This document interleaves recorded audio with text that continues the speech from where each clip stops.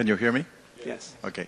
So just for the benefit of the discussion, I'm going to take a totally dissenting view with most of what has been said, and trying to step back a little, because one observation I can make up front is, which makes me a little uncomfortable, is a lot of the things you are doing in terms of building infrastructure.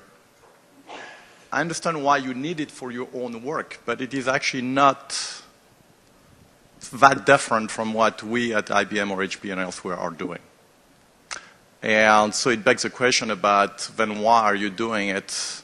You may gain a year, but that's about as far ahead of where you are. So I'd observe that, and I thought, so what's wrong with that picture? And I think it comes from one premise, one assumption that we are all making in the IT industry, and that you are making the same, and I would challenge you to move that assumption, to throw that assumption overboard, which is, so we have come from 30 years of standardization. Like we always assume that it's better to glue standard blocks together. Whether I'm talking about hardware, in which case it's probably better, although you could even question that. Whether I'm talking about system software, but it becomes way more interesting as soon as you think about middleware, and then it becomes very interesting as soon as you think about applications. And I would contend that if you look today, the places where, so what's the situation today? Well, information technology in large corporation is given to a group in which none of your PhDs will ever go to. All right? Because it's sort of grunt work. And there is not a lot of innovation. All the CIOs says, they want to do more innovation, but they don't have the capacity for it.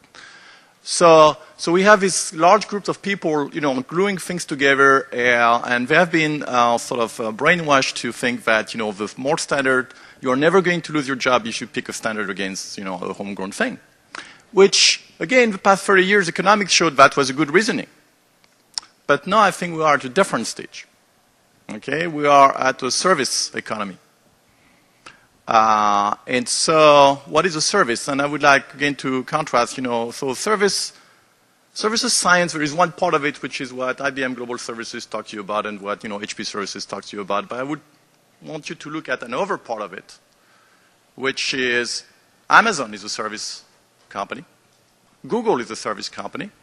eBay is a service company.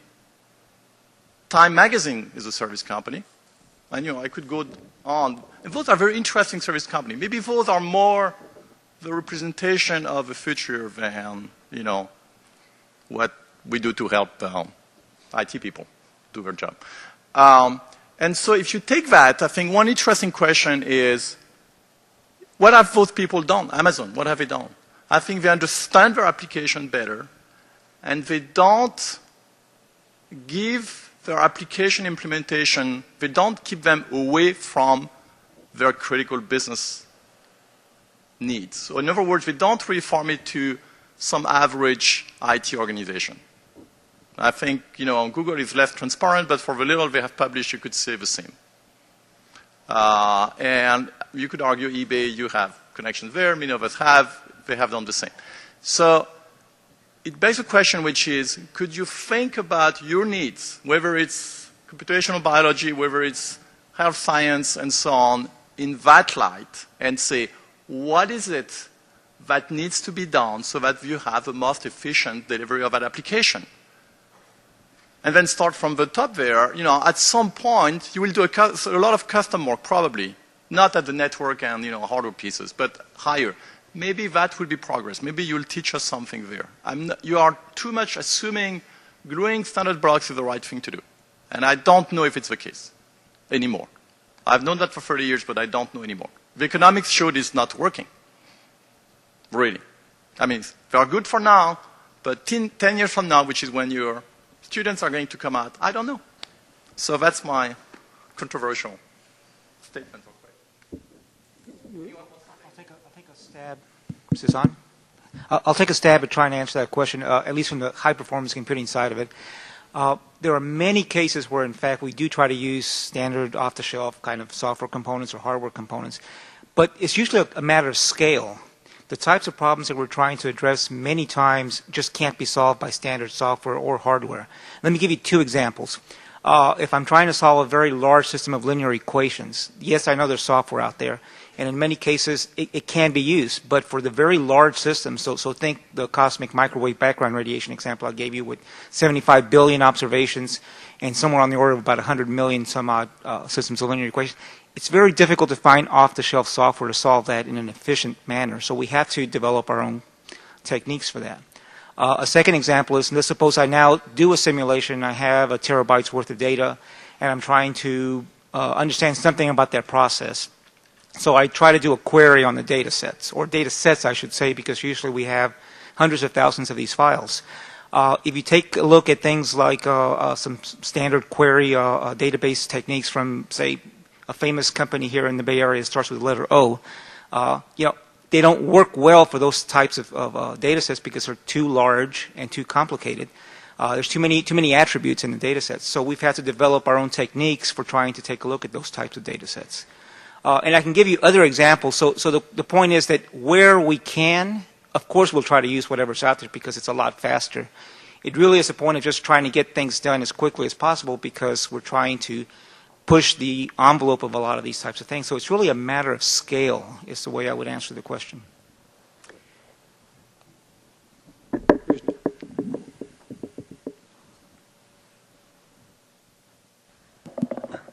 Maybe the lesson I am hearing from both from Patrick and from IBM and from you folks that because in the university we have such a variety of users with such differences in needs. Physical scientists, you gave a very good example. I work with social sciences and humanities, very different scale of problems, not small scale. They have petabytes as much as you have, but perhaps the real-time simulation is not as critical, although some of my friends in the music department would like that as fast as possible. Anyway, I think the key point, what I hear, is that we should be using our own diversity for developing ideas for reconfigurability in IS.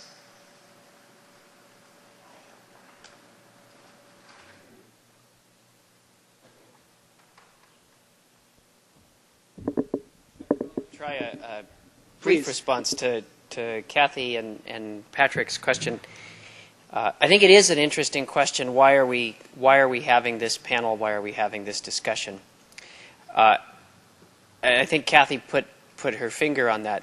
I think it's fair to say that science, the needs of science are not being served very well by the commercial offerings. I think that's a fact. I mean, looking back, I'm amazed that that's still the case. I understood it in 95. I don't understand it in 2005. Some of that is the narrowness of the market, and it's a community that is sort of by definition pushing the envelope. I think there is something going on with this is an incrementally scalable technology.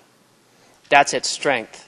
That does mean that it can stretch in lots of different ways, but there's a lot of stretch marks, if you will, and we haven't really made that whole side of it efficiently. I think it's a very interesting question as well. I mean, I think in Mark's talk earlier, he mentioned that a lot of these codes are things that have been dragged through many generations of graduate students and nobody even knows what's in them anymore. You could argue that that's an unsolvable problem, right? So I think there is something really quite deep in how do we come together to address how computation solves the needs of science. And it may need to be through institutions like this, partly because that's the nature of science. There isn't money into it until science becomes industry. And then it becomes much more an easier problem because you are cranking out many instances of the same thing where by its very nature it's in this exploratory side. So I think that CITRIS has a really important role to play here, but it's awfully easy to get stuck in the weeds, and a lot of what we're seeing is that. So I'll comment a little bit further. Is this on? I can't hear it. Is it on? no. This one is. Here's the analog solution. Is this one on? Oh, this is on. Well, again, to follow on what David and Ruzhina have said, I think that the attraction here must be in the fountain of creativity that exists when scientists and engineers try to do new things. And perhaps it's good to remember the different incentives that scientists and engineers, particularly scientists, follow, which is to beat the next guy or gal to the punch of getting that paper published in Nature or Science, as opposed to selling stuff or demonstrating how many cycles you can use.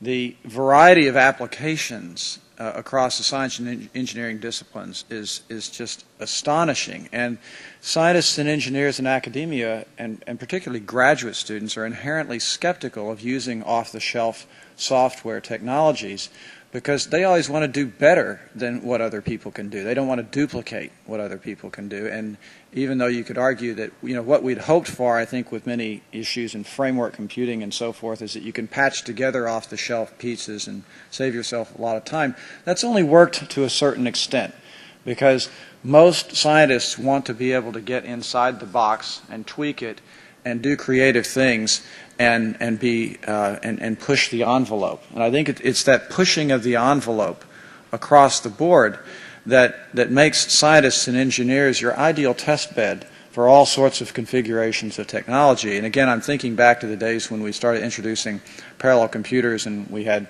connection machines and other types of coarse-grained parallel computers.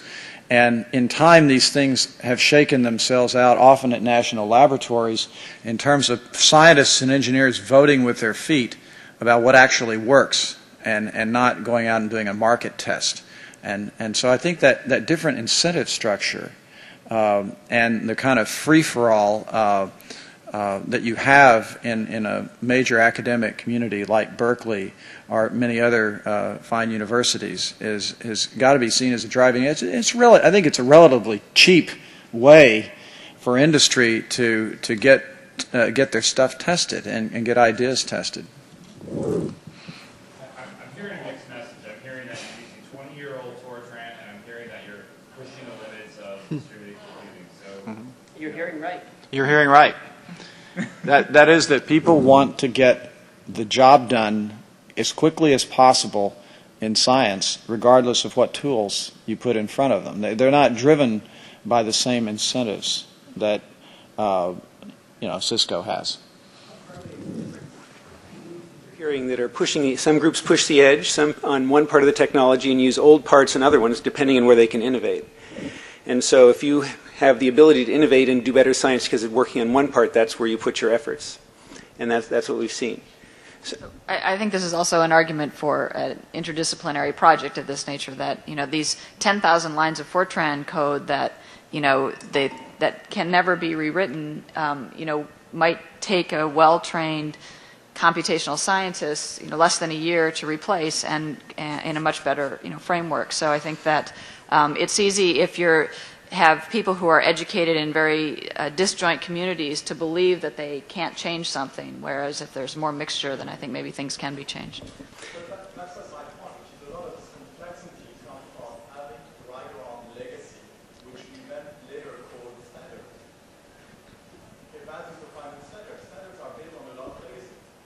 If you do a lot of legacy together, you are facing this immense complexity. You are a scientist. Why not be more aggressive about rethinking some of these problems? Yes, you could take a computer scientist now and you do this code, which has been around for 20 years, and probably do a lot better. So that's been done in a few communities, the community climate codes. And Mark just got a large grant from the National Science Foundation that he mentioned to fund a group of people to do that, precisely that in the geophysics community. And so it's an ongoing process, and the different parts of the science community are different places there. regarding sort of related to that, I feel like MPI, at least to me, feels way outdated. Are all of you guys focusing on MPI apps, or are you breaking the barriers on that as well? I think Kathy can. Yeah, so, okay, my talk was going to talk about two language efforts and compiler efforts that we have here to provide an alternative to MPI. One of them is based on Java, the other is based on C. There is also a Fortran version that's being done by a group at Rice. These are, some of them are, the C dialect, UPC, is commercially supported on high-end machines by companies like Cray and HP, and we have an open source compiler for it. And we are working on applications, so we have an adaptive mesh refinement simulation, we have a heart blood flow simulation that we're using to try to really understand what the applications look like in these different models. Yes, so I think I should sum up. I will make one last comment, which that UPC does have a sizable user base of a very strange kind, which does rewrite everything every day from scratch, and that's the National Security Agency. So that sort of is the extreme test of whether you can be productive in doing that kind of code, whether it's the right code for style for everybody in programming these things remains to be seen. So, let me just say, I okay. think that in terms of the feedback that I think we need to go back and think about is Patrick's feedback about, is this just incremental work beyond what industry is doing? And that I think David was beginning to answer that question. And the second one is about delivering the services. I think that seems to be really, and sort of this notion of federating is clearly federating the clusters is clearly a way of thinking about delivering the services. And so I think the feedback here is to really sharpen what we're trying to do, at least along those two axes, and perhaps a few others. So I think we've got our homework cut out for us in terms of responding to this. And that, I mean, in addition to the other feedback, I think that's certainly something we need to take home. I agree. I will only add that you're going to hear about yet other application drivers for this cyber infrastructure this afternoon, and we will see whether we can build that effectively. So, what is the next event? So let's thank the panelists.